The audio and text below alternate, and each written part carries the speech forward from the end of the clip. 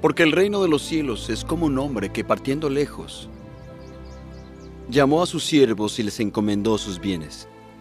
Y a uno dio 5 talentos, y al otro 2, y al otro 1, a cada uno conforme a su capacidad.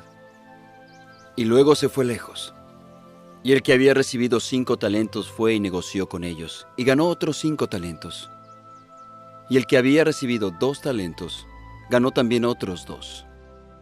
Pero el que recibió 1, partió, escarbó en la tierra, y escondió el dinero de su señor.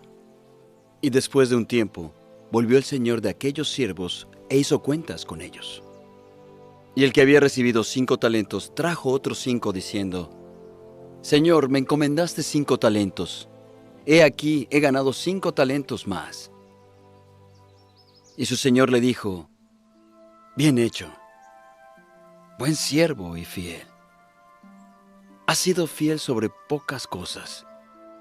Te haré el amo de muchas cosas. Entra en el gozo de tu señor.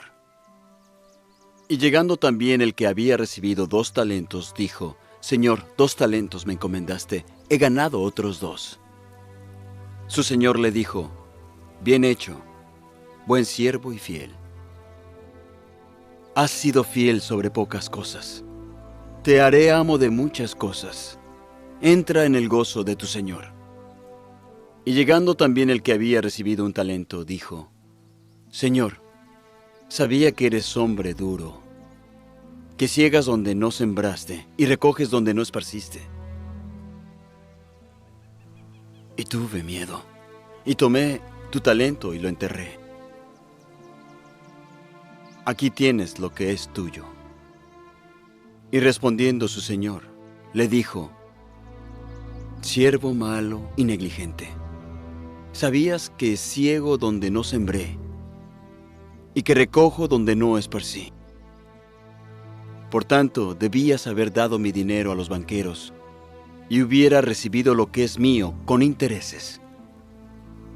Quitadle pues el talento y dadlo al que tiene 10 talentos, porque al que tiene, le será dado, y tendrá más, y al que no tiene, aún lo que tiene le será quitado.